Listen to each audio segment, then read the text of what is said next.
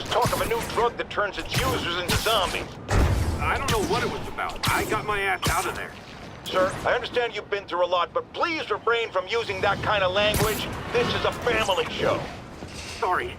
Anyway, I'm glad I split, because pretty soon, the cops and firefighters are there. Ah, the real heroes. What a relief. I think we can all use a happy ending. I thought this was a family show.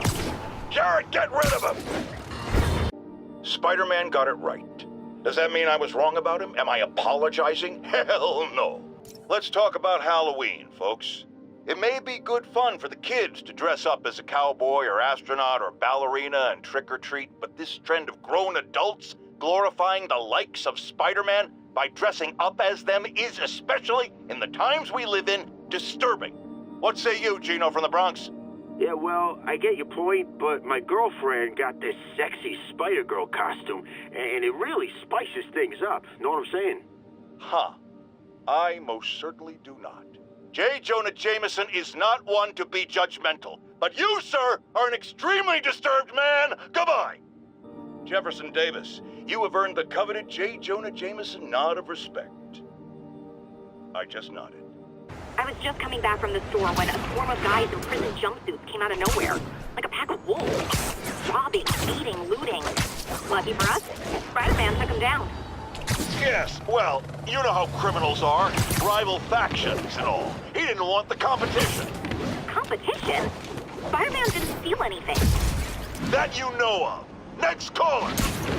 Some people have accused me of being negative, only criticizing, not offering solutions when it comes to Spider-Man. Here's my solution, and it's very simple. Unmask. Join the police academy. Wear a badge. Then you can catch all the crooks you want, and I'll sing your praises on this very show. And all that hogwash about how that would place his loved ones in danger? Come on. You can't convince me that guy has any loved ones. And I have received personal assurances from officials in Albany that relief convoys are coming, containing food and medicine. And, excuse me, I've just been handed an update. Oh, you have got to be kidding me.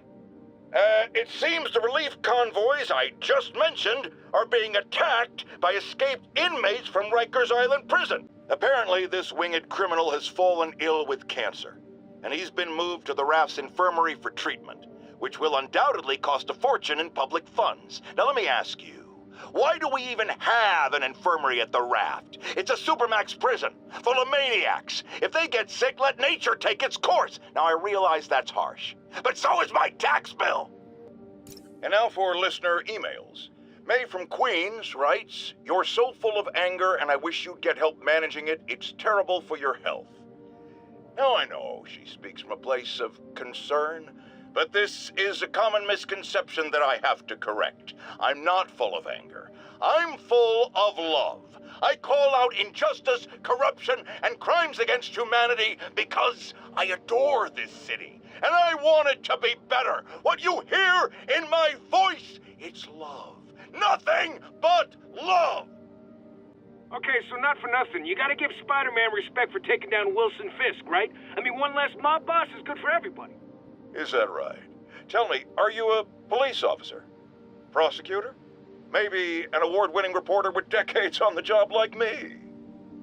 No, I'm a plumber. Oh, good. Then fix my toilet and shut up! You night owls may have seen lights flickering out at the Raft Supermax prison last night. Sadly, it was not because one of their inmates got the chair. No.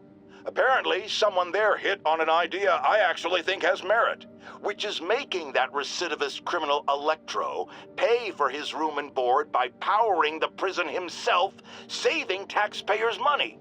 The police are outgunned by their own guns! I got an interesting tip today. Remember that barbaric beast named the Rhino?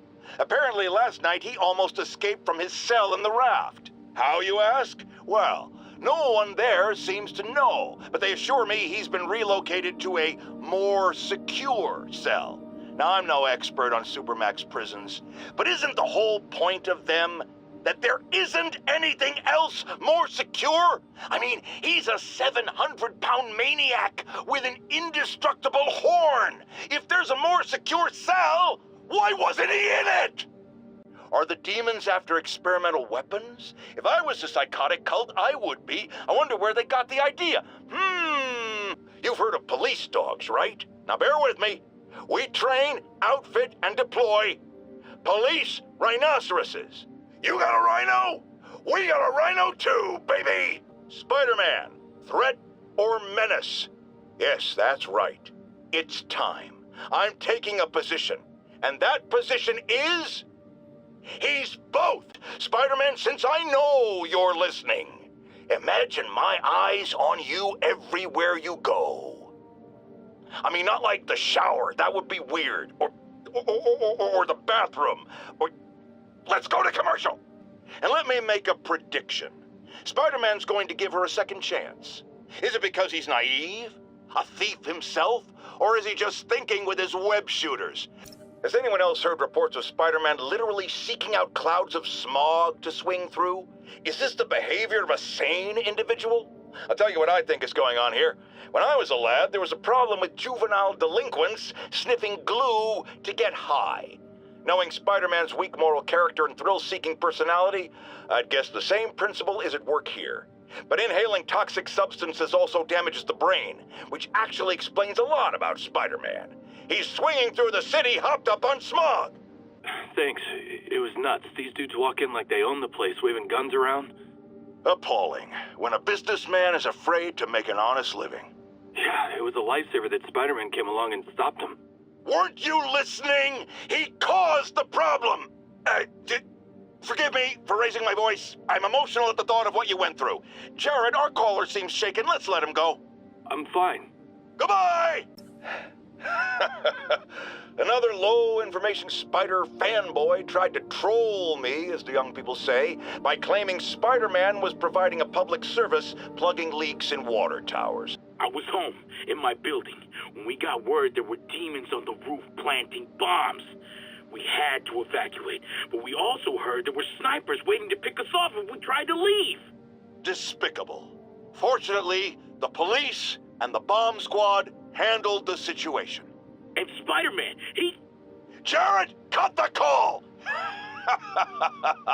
Sorry, hard to hear when we're talking over each other. Clearly someone traumatized by a terrifying experience. For resources to help with PTSD, go to our website. A bunch of us were protesting Sable, standing up for our rights like you always say, and suddenly they just start beating on people and arresting us for no reason. This is always the risk of giving anyone too much power. They abuse it.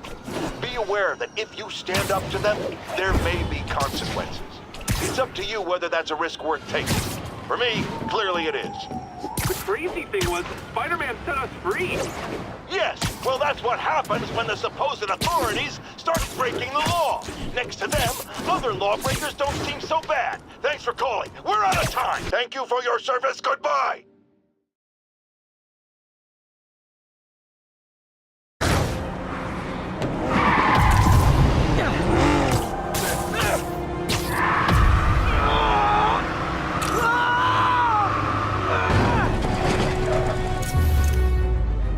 Knocking the ever-loving stuffing out of dealers is my anti-drug.